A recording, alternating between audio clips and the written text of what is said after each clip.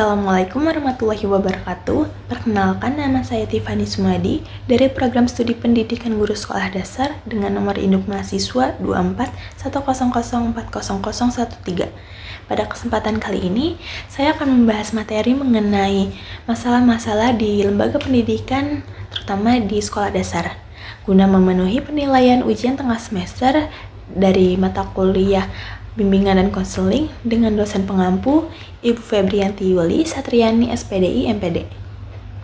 Pendidikan dasar menjadi fase penting dalam pembentukan karakter anak, terutama di usia sekolah dasar.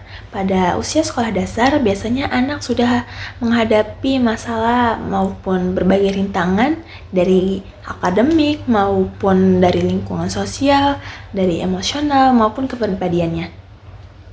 Sayangnya masih banyak SD yang belum mempunyai program BK yang jelas dan juga belum mempunyai konselor yang memadai. Akibatnya, anak akan kesulitan dalam menghadapi dan menyelesaikan masalahnya serta kesulitan dalam mengambil keputusan yang bijak. Salah satu faktor yang menjadi penghambat dalam terjadinya atau terjalannya program BK ini merupakan sarana dan prasarana. Ada 5 masalah utama dari masalah sarana dan prasarana. Yang pertama merupakan kurangnya ruang dengan sarana dan prasarana. Lalu yang kedua, keterbatasan sarana pendukung. Lalu yang ketiga, kualitas sarana dan prasarana yang kurang. Lalu yang keempat, keterbatasan jumlah konselor. Dan yang terakhir merupakan variasi masalah siswa. Dalam terjalannya program BK ini, seharusnya di setiap sekolah sudah mendukung baik dari sarana maupun prasarananya, seperti menyediakan ruangan yang tersendiri, ruangan sendiri yang nyaman pastinya, yang menjaga kerahasiaan daripada siswa, terus kenyamanan, aksesibilitas, dan juga alat-alat ataupun perangkat yang mendukung dalam program BK ini, mungkin seperti teknologi komputer ataupun perangkat-perangkat lain yang mendukung. Adapun masalah lainnya seperti tidak adanya konselor dalam sekolah dasar ataupun ada satu konselor mungkin tapi itu tuh harus memadai dari semua siswanya, yang sehingga menjadikan konselor tersebut dari sekolah tersebut menjadi kurang efektif ataupun tidak dapat menyelesaikan masalah siswa dengan baik, sehingga konselor dapat dalam menangani permasalahan siswa itu tidak berjalan dengan efektif maupun efisien. Lalu yang terakhir, variasi masalah siswa. Biasanya dari banyaknya siswa tidak hanya memiliki masalah yang sama, tetapi memiliki latar belakang permasalahan yang berbeda-beda.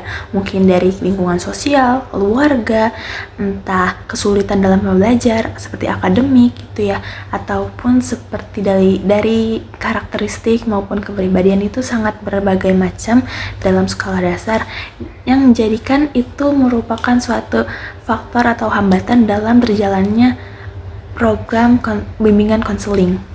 Tidak dapat dipungkiri, di sekolah dasar juga yang seperti sudah saya bahas, di sekolah dasar biasanya tenaga yang ahli dalam bidang bimbingan konseling dan juga konselor itu sedikit, jadi tidak mampu dan tidak efektif dalam melayani masalah-masalah siswa, dalam melayani dan menangani masalah siswanya. Selain faktor daripada sarana dan prasarana yang dapat menghambat atau memicu masalah ketidakberlangsungannya program BK ini di SD, yaitu ada juga permasalahan yang munculnya daripada siswa.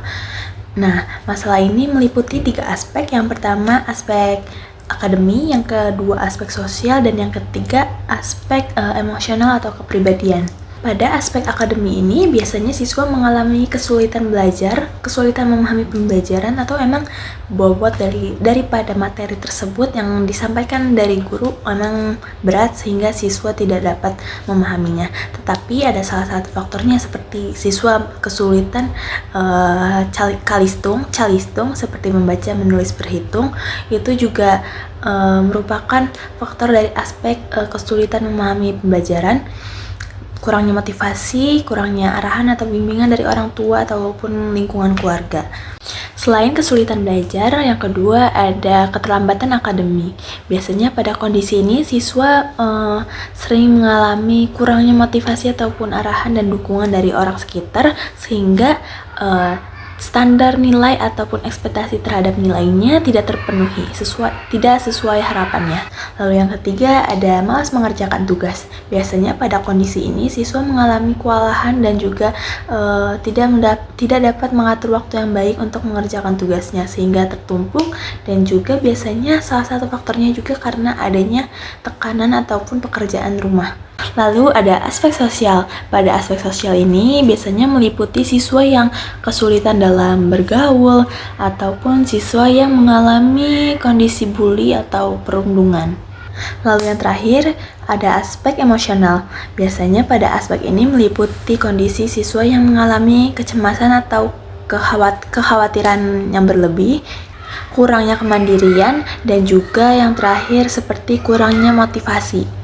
Kesimpulannya, pelaksanaan program atau layanan bimbingan konseling yang ada di SD akan dapat terjalani apabila sarana dan prasarananya sudah mendukung dan mencakup meliputi kerahasiaan, kenyamanan, dan keamanan daripada siswa dan juga SDM ataupun konselor atau guru BK yang profesional, sehingga apabila itu semua sudah tercukupi dan memenuhi, program layanan BK ini akan terjalan dengan baik.